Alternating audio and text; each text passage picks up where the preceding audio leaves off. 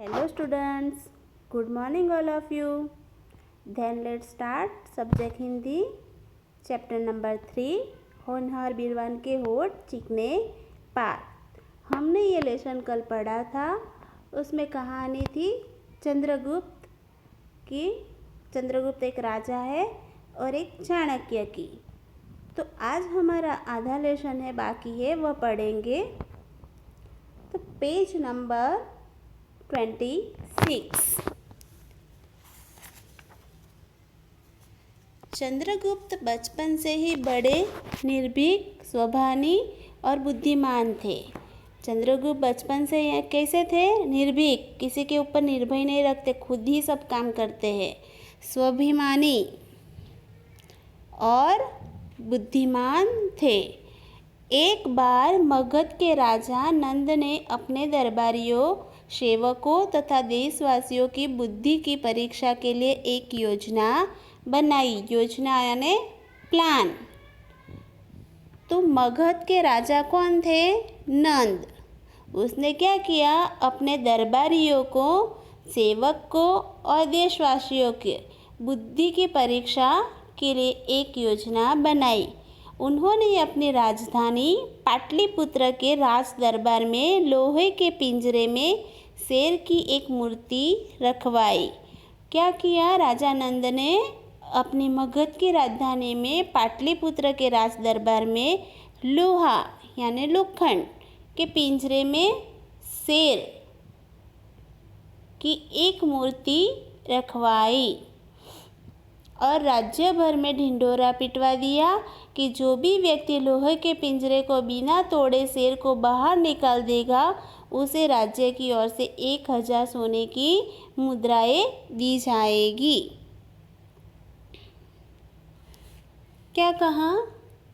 ढिंढोरा यानी पूरे गांव में बात फैला दी कि जो भी व्यक्ति ये लोहे के पिंजरे में से पिंजरे को तोड़ना नहीं है और शेर को बाहर निकालना है, जो ये काम करेगा तो उस 1000 यानी 1000 गोल्ड की मुद्राएं दी जाएगी और उसकी मनचाही मांग भी पूरी की जाएगी। वो जो बोलेगा कि मुझे ये चाहिए तो वो भी उसे मिलेगा।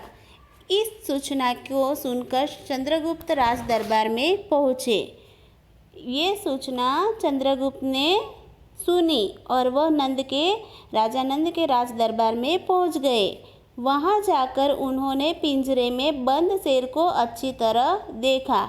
वहां जाकर चंद्रगुप्त ने क्या किया? जो पिंजरा था बंद, उसमें शेर की मूर्ति लगाई थी, वो पूरी अच्छी तरह से देख ली। दरबार के सभी लोग सिर नीचे किए हुए बैठे थे। दरबार के सभी लोग सिर नीचे किए हुए बैठे थे। बालक चंद्रगुप्त ने बड़े उत्साह से कहा, महाराज, मैं इस शेर को बाहर निकाल सकता हूँ। आप पिक्चर में देख सकते हो कि वहाँ पे राजा महाराज नंद बैठे हुए हैं, बाजू में स्वामी खड़े हैं और चंद्रगुप्त भी वहाँ पे है।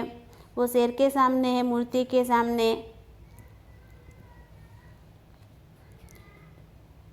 सभी राज दरबारी उस बालक की ओर आश्चर्य से देखने लगे। आश्चर्य यानी कि चकित हो जाना। राजा नंद को भी बड़ा आश्चर्य हुआ कि ये कैसे करेगा।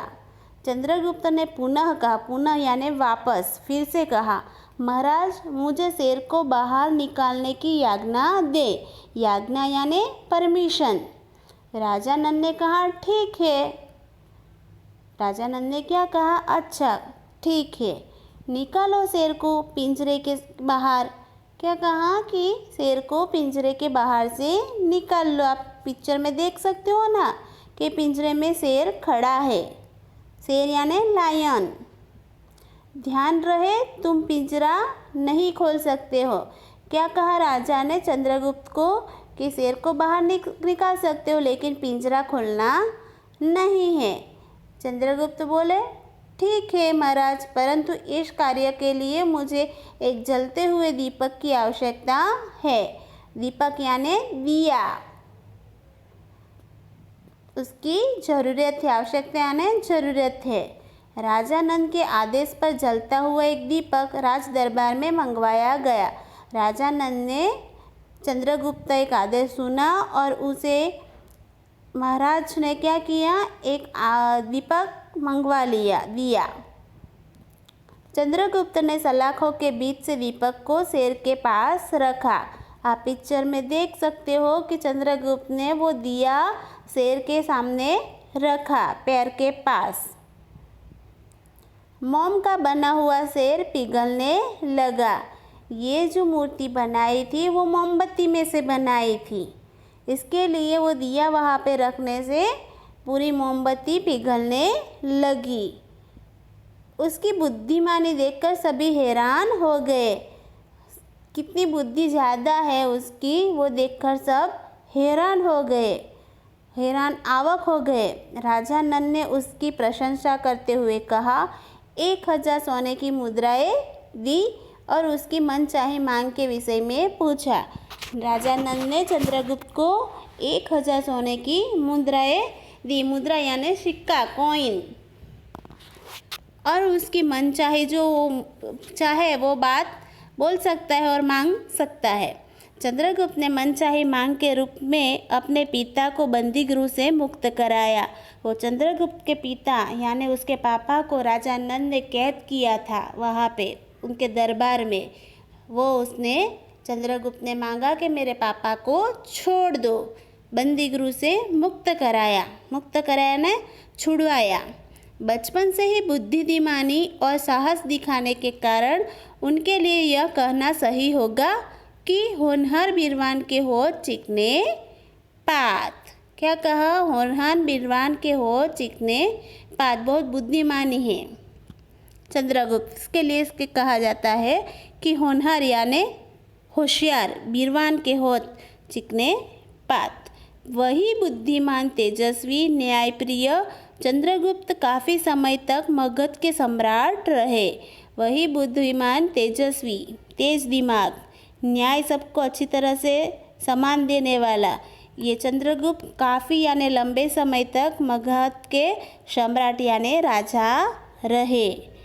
चाणक्य उनके महामंत्री बने। चाणक्य उनके महामंत्री किसके? चंद्रगुप्त के। चंद्रगुप्त के शासनकाल में प्रजा सुखी, संपन्न एवं सुसमृद्ध थी, यानी कि कोई जो अजात की कमी नहीं थी। पहले इन लोग ने एक नाटक किया था बचपन में, चंद्रगुप्त और चाणक्य ने उनके सारे मित्रों के साथ। अभी सही में वह एक राजा बन गया बड़ा होकर। ज्ञान, विज्ञान, वाणिज्य और विभिन्न कलाओं की उन्नति हुई। उन्नति यानी प्रगति हुई। ज्ञान में, विज्ञान में, वाणिज्य में, सब जगहों में, कलाओं में, शिल्पकला, चित्रकला, इन सब की एक प्रगति होने लगी। आपको लेसन समझ में आया?